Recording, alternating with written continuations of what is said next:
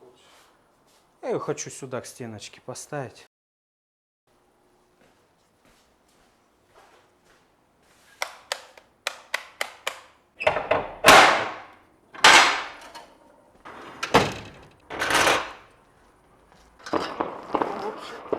Хочешь, я там возьмуся? Тяжко? Просто на бицепс. Ой. Господи, правда тяжело. Прицелили, да? По-моему, хорошо прицелили уже. Поехали. Потихоньку. Чуть уже не надо прям наваливать.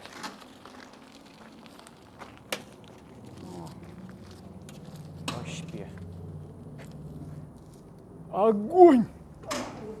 Просто огонь! Что дрифтить? Надо пока туда ее. Вот, а теперь можно задрили прям. Да нет, да тут она легко. Вообще можно самому ее дрифтить, по-моему, да? Угу. Ты ее хочешь? Я ее хочу сюда к стеночке поставить. И буду заниматься. Ну что ж, ребята, приветствую любителей турбореактивной тяги. Будем заниматься этим аппаратом. Решил немножко отвлечься от изготовления гоночного болида.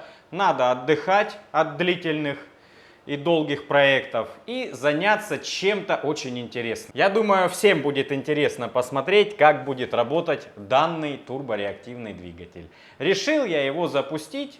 Для этого уже бросил все свои умственные и трудовые ресурсы. И уже полным ходом идет подготовка к запуску. Правда, здесь есть некие нюансы, некая катастрофа просто, друзья. Ну, давайте обо всем по порядку. Сначала расскажу вам, что это такое, а потом уже про катастрофу. Сильно загружать вас текстовыми данными и цифрами не буду, это в наше время не модно. Расскажу лишь самое интересное. Итак, что же это такое? А это, друзья мои, двухконтурный турбореактивный двухкаскадный двигатель. Называется АИ-25. Такой в количестве 3 штук устанавливался на пассажирский самолет Як-40, ну а также на учебно-тренировочный самолет Л-39 в количестве 1 штуки. Конкретно этот экземпляр был установлен на самолете Як-40. Взлетная масса максимальная которого, кстати, ребята, 16 тонн.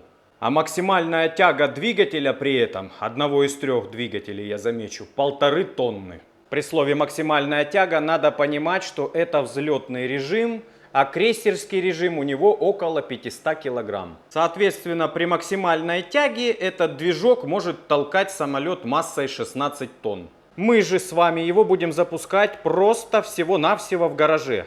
Но для начала нужно сделать систему стартинга. Само ВСУ для запуска у меня давным-давно готово. Я даже батарейки заправил, зарядил. Теперь из самого главного и самого важного нужно его подсоединить к реактивному двигателю гигантскому. Подсоединить воздушный стартер, который будет раскручивать роторы. То есть это та механическая деталь, которая раскручивает роторы, но к ней подводится воздух от ВСУ. Вот оно, отверстие для подвода воздуха. Очень важная задача сделать качественное соединение трубопроводами. То есть проложить воздух от ВСУ к этому механическому воздушному стартеру, который прикручивается примерно вот сюда. Вот в это место, на этот фланец. Интересно, руками я могу стронуть? Могу. В общем, нужно эту штуку раскрутить до 3000 оборотов, насколько мне не изменяет память. И тогда мы сможем подать топливо, подать искру, и движок заработает. Движок, ребята, в очень крутом техническом состоянии. Должен работать великолепно просто. Но, как я вам говорил, есть нюансы, о которых немножко позже. Ведь я еще не закончил с цифрами. Поговорим немножко о компрессоре. Компрессор здесь состоит из 11 ступеней. 3 ступени низкого давления, вот их можно заметить, с титановыми лопатками, лопатки очень легкие. Это 3 ступени низкого давления. Внутри же располагается еще 8 ступеней высокого давления. Они меньшего диаметра, и именно их мы и будем раскручивать воздушным стартером. А эти, они никак не связаны механически, будут раскручиваться сами от двухступенчатой турбины низкого давления. Турбина высокого давления одноступенчатая. Ее мы тоже не видим. Она там внутри и она меньшего диаметра. Можно заметить, как сопло разделено на две части. Одна часть горячая, а одна часть холодная. То есть вот отсюда выходит как раз таки воздух, сжатый первыми тремя ступенями компрессора. Максимальная температура выходящих газов за турбиной, то есть вот в этой полости, не превышает 680 градусов. Но это если все идет хорошо. Если что-то пойдет не так, естественно, все может превышать. Могут даже выгореть лопатки. Но обычно выгорают лопатки внутренних контуров первыми. И так как их не видно за рядом конечных лопаток, то мы не можем со стопроцентной уверенностью сказать, в каком они там состоянии. Еще несколько интересных цифр. Суммарная степень повышения давления компрессором, естественно, на взлетном режиме, на максимальном, около 8 единиц. Ну а давление топлива перед форсунками около 65 атмосфер. Масляная система интегрирована в двигатель. Вот это охладитель. Здесь циркулирует топливо и циркулирует через стенку масло. Топливо, короче говоря, охлаждает масло. Ну а вот масляный бачок, куда нужно периодически доливать масло.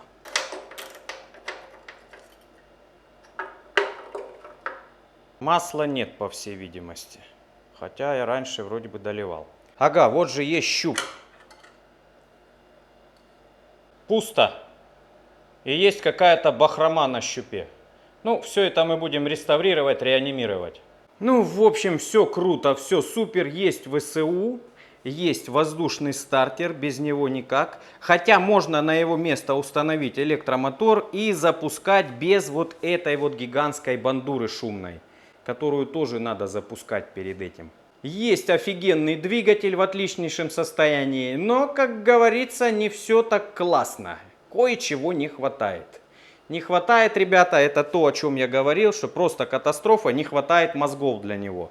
То есть мы, когда с Димой брали его, нам дали такую коробку, и типа это были мозги. Нам еще одну коробку дали, вот такую. Но эта коробка относится к ВСУ, ее я установил. А вот это должна была быть мозгами для двигателя АИ-25. Но оказалось, что это для двигателя, в общем, для вертолета Ми-8. Немножко не той системы. И теперь, похоже, мы не сможем по-человечески его запускать, а опять будем запускать на проводочках. Ну вот как мы все время делаем на этом канале. Будем сами создавать себе мозги и сами создавать себе проблемы.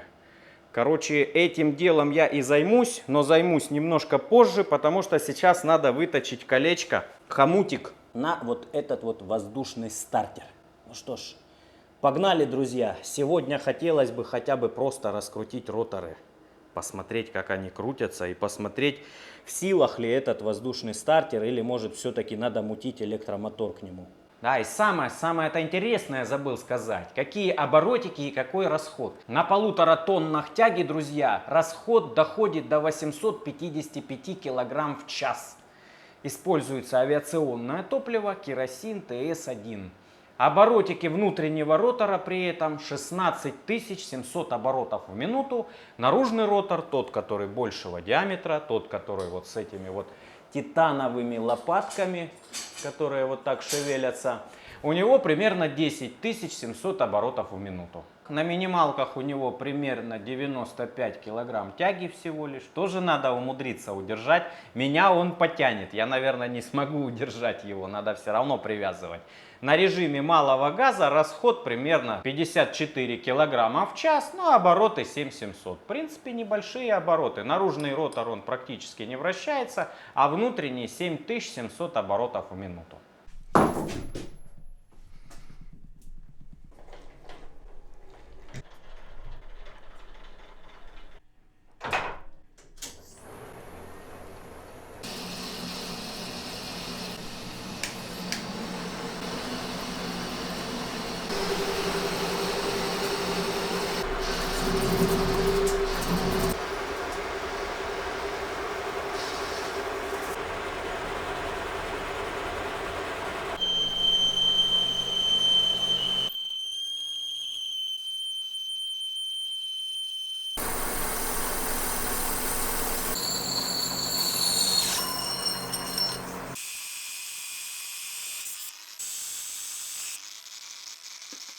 Но вроде бы готово. Все комплектующие для крепления воздушного стартера есть. Буду использовать два полукольца и вот такой самый обычный хомутик. Я тут попутно еще между делом, так сказать, отремонтировал храповой механизм. Вот, видите, зубчики отодвигаются.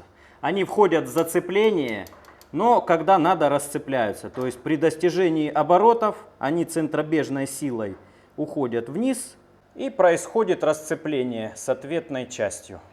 Была поломана пружина на одном из зубов, но я успешно ее изготовил новую. Теперь душа спокойная. Ставлю ответные кольца и аккуратно зажимаем хомутом. Готово. Теперь наша следующая великая цель — подать сюда воздух и сделать холодную прокрутку двигателя. Если мы это сделаем, то уже полдела будет выполнено. Но это сделать не так-то просто, потому что нет необходимых трубопроводов, нужно будет колхозить что-то свое. Ну, как обычно, впрочем. Много по всему двигателю всяких вот таких нюансов. Не знаю, что с этим делать. По идее, это трубки, к которым прикрепляются датчики всевозможные. И по идее, с этих трубок может сочиться либо воздух, либо масло, либо керосин. То есть надо их либо как-то заглушать, либо делать по уму все с датчиками. Ну, датчиков, как вы понимаете, у меня нет в таких гигантских безумных количествах, поэтому частично будем заглушать, я думаю. Ну а сейчас первоочередная задача — разобраться с подключением проводов. Буду поочередно прозванивать все фишки и искать выходы. То есть мне очень важно подавать питание на эти клапана, потому что именно после подачи начинает работать воздушный стартер. То есть там что-то открывается и моторчик пошел. Ну а с подачей на свечи и на пусковую форсунку я уже разобрался. Нашел необходимые провода. Вот, видите, ребята, так это выглядит. Они причем в разных клеммах.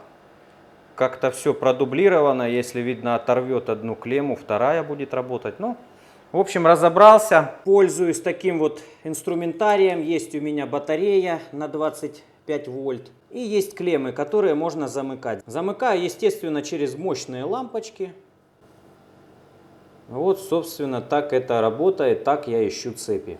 Ну и мультиметром пользуюсь, естественно. Этим я больше проверяю, работает, не работает.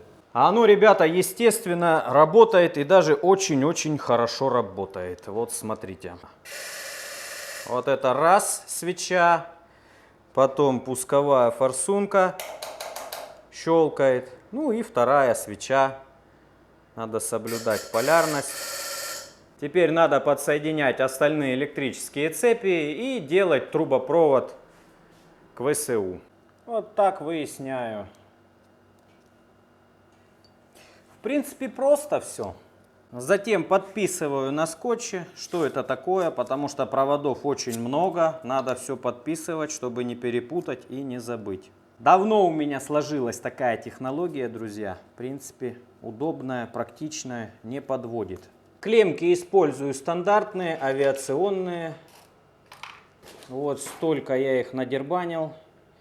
Поразбивал вот такие разъемы с проводами у меня были. И теперь пользуюсь. Ну вот, кстати, эти тоже можно разбить и использовать.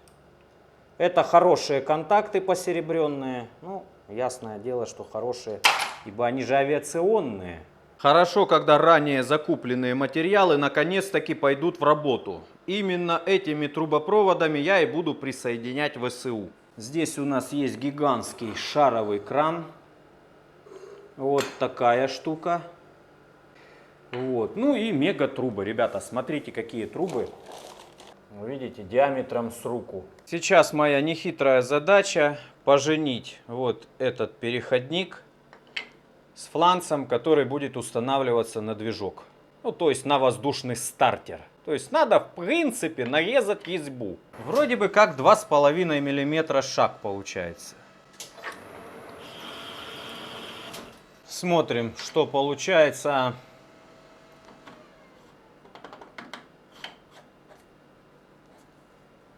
Вообще получается какая-то роскошь. Вот тут она подклинивает. Ну, похоже, все-таки дюймовая тут резьба, не 2,5. Осталось спаять трубопроводы, и мы уже сможем раскрутить этот двигатель.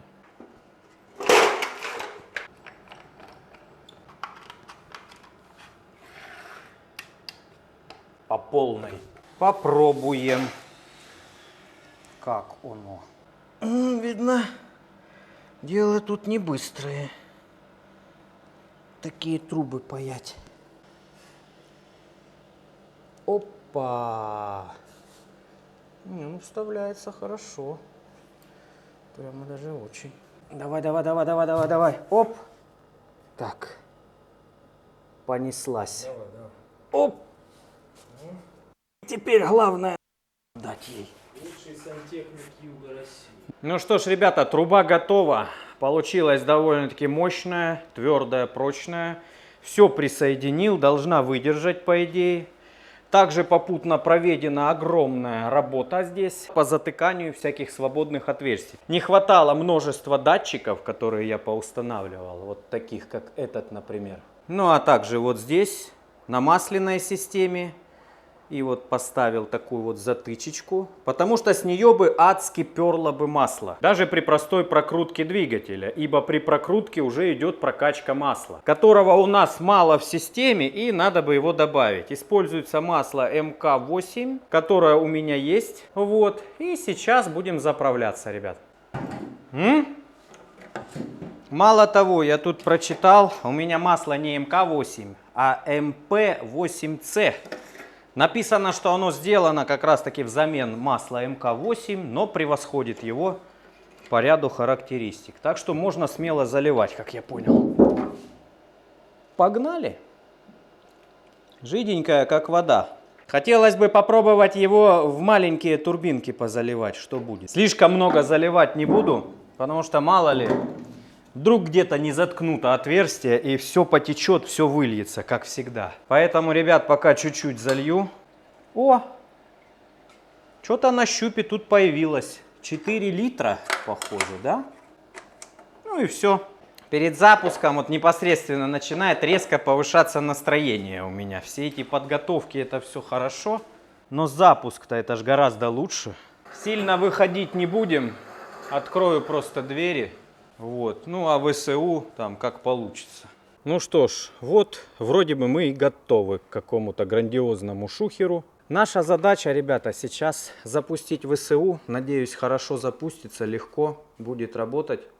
Потому что долго не запускал, мало ли как он себя поведет. А потом нажать вот эту кнопку. Слышите, щелкает? Это щелкают клапана на воздушном стартере. При этом у нас откроется трубопровод, то есть, видите, я уже открыл даже здесь шаровый кран.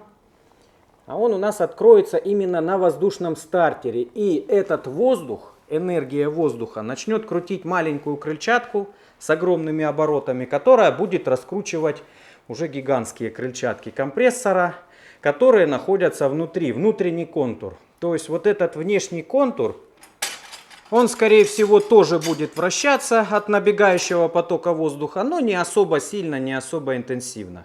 Наша задача сейчас раскрутить внутренний контур и посмотреть, на какие обороты он выйдет. Я вот даже датчик оборотов подключил, чтобы не просто так, а чтобы хотя бы что-то немножко понять, что происходит. Ну что ж, ребятушки, давайте попробуем, как оно пойдет. 27 вольт, напряжение вроде бы нормальное для запуска. Так, холодная прокрутка, надо на пуск поставить. И надо будет зафиксировать этот соленоид, потому что здесь сломался АПД и он выключает двигатель. Поэтому я фиксирую. Прежде всего нужно включить подачу топлива.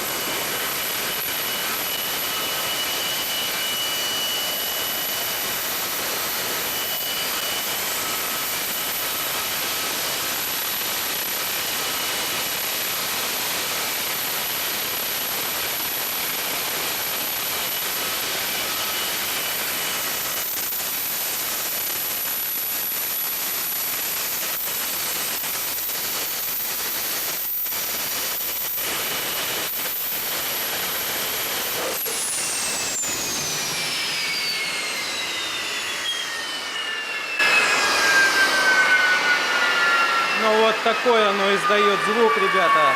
Ну, вроде бы работает система. Правда, что-то как-то клапан залипает, бывает. Вот так в целом работает.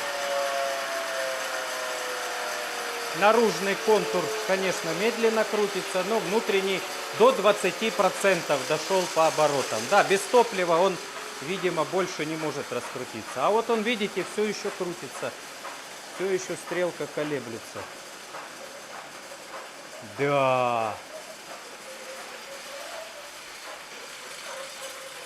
Интересные звуки.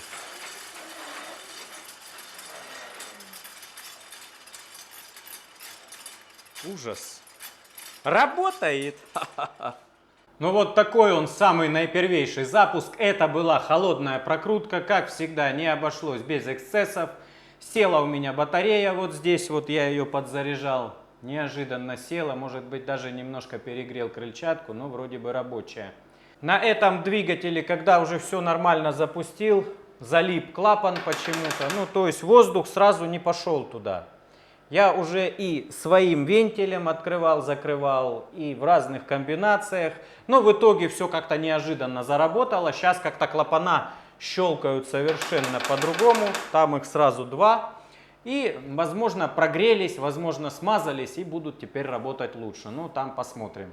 Все-таки техника, видите, хоть и надежная, но некие сбои дает, если долго простаивает. В следующей серии моя задача по максимуму разобраться с электрикой и подключить самые необходимые датчики давления и температуры, чтобы понимать, какая температура у двигателя, какое давление масла, давление топлива. Ну и так по мелочи разобраться, что вот это за отверстие, потому что это система суфлирования.